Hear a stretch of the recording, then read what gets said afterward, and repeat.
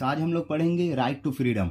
Right to freedom fundamental rights का दूसरा rights है, जिसमें जो आर्टिकल 19 से आर्टिकल 22 में है। इसमें 4 आर्टिकल से article 19, article 20 and article 21 and article 22। चलिए तो हम लोग पहला पढ़ते हैं। पहला आर्टिकल है आर्टिकल 19। इसमें क्या बताया जा रहा है? Protection of certain rights regarding freedom of speech etc, यानी स्पीच हम लोग आज़ादी के साथ दे सकते हैं, किसी भी चीज़ पर अपना ओपिनियन दे सकते हैं, उसे ये प्रोटेक्ट करेगा। इसमें 6 फंडामेंटल फ्रीडम है, तो इसीलिए आर्टिकल 19 को 6 फंडामेंटल फ्रीडम्स भी कहते हैं। तो कौन कौन सा 6 फंडामेंटल फ्रीडम्स है, चलिए हम लोग पढ़ते हैं।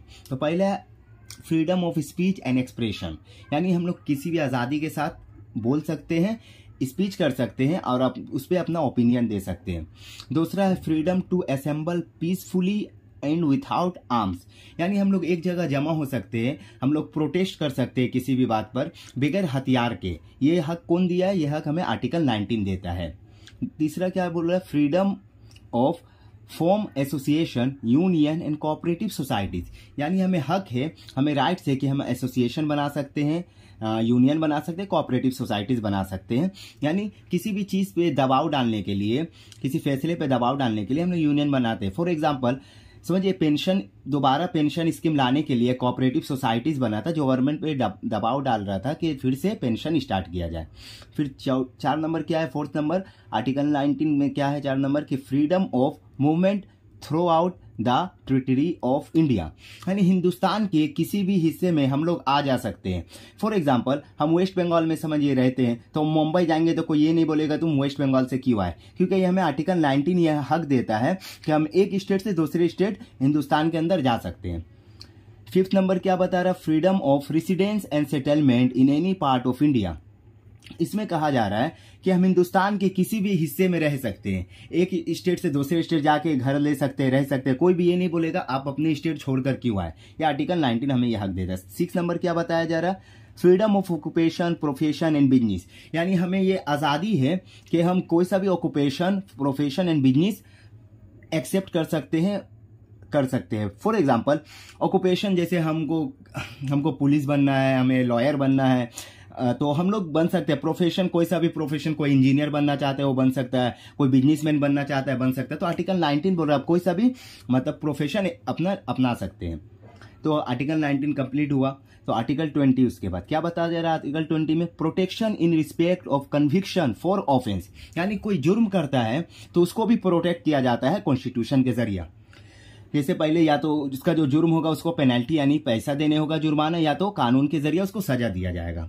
ठीक है, तो इसमें 3 आर्टिकल 20 में सिर्फ 3 चीज है, इसको हम लोग समझ लेंगे तो आर्टिकल 20 समझ लेंगे। क्या क्या है? No ex post facto law, दूसरा है नो डबल ज्यूपार्डी, तीसरा है नो सेल्फ इंक्रिमिनेशन। तो ये सिर्फ हम समझ जाएंगे तो आर्टिकल 20 हम समझ जाएंगे। तो पहला पढ़ते हैं no ex post facto law, यानी अगर कोई जुर्म करता है, फॉर एग्जांपल कोई चोरी किया, तो कॉन्स्टिट्यूशन में जो लिखा गया है, जो सजा है, उसी के जरिए उसे सजा दिया जाएगा चोरी करने का, मतलब कॉन्स्टिट्यूशन से हट के सजा नहीं दिया जाएगा। 1 नंबर समझ में आया। 2 नंबर में क्या बताया जा रहा? नो डबल ज्यूपार्डी, यानी कोई एक बार जुर्म करता है तो उसका सजा एक ही बार होगा। जैसे कोई किसी को इंजर्ड कर दिया, किसी को चोट पहुंचा दिया, समझिए उसका पनिशमेंट 2 ईयर से, तो उसका 2 ईयर्स होने के बाद फिर से उसको उसी जुर्म का सजा नहीं दिया जाएगा, यानी एक जुर्म का एक बार सजा दिया जाएगा। तीसरा बोला नो सेल्फ इंक्रिमिनेशन, अगर किसी को कोई गिरफ्तार पुलिस करके लाया तो वो जो है उसके ऊपर दबाव नहीं डाला जाएगा कि वो गुनाह अपना कबूल करे। नो सेल्फ इंक्रिमिनेशन, यानी जो जुर्म यानी हक दिया गया है सिटीजन को कि वो अगर जुर्म नहीं किया है तो उसको नहीं कबूल करेगा। तो आर्टिकल 21 उसके बाद क्या बताया जा रहा है? आर्टिकल 21 में protection of life and personal liberty, मतलब हमने अपना लाइफ को, अपनी जिंदगी को बचाने का हक है, और राइट टू प्राइवेसी भी है, यानी हम लोग कुछ सीक्रेट रख सकते हैं, सबका अपना अपना प्राइवेसी होता है। इसमें और एक चीज है, 86 अमेंडमेंट, कॉन्स्टिट्यूशन अमेंडमेंट के जरिए 2002 में आर्टिकल 21A ऐड किया गया था, जिसमें बताया गया राइट टू एजुकेशन, यानी 6 से 14 साल के बच्चे को फ्री एंड कंपलसरी एजुकेशन दिया जाएगा। अब क्या है आर्टिकल 22? इसमें क्या बताया जा रहा है? Protection against arrest and detention in certain cases, यानी कुछ केसेस में अरेस्ट से आज़ादी दिया गया। फॉर एग्जांपल अगर किसी को पुलिस अरेस्ट करने आता है तो उसके पास ये राइट्स है कि वो अरेस्ट वारंट मांग सकता है। अगर किसी को गिरफ्तार किया गया तो 24 आवर्स के अंदर उसे मजिस्ट्रेट के सामने पेश किया जाएगा, यह आर्टिकल 22 में बताया गया है।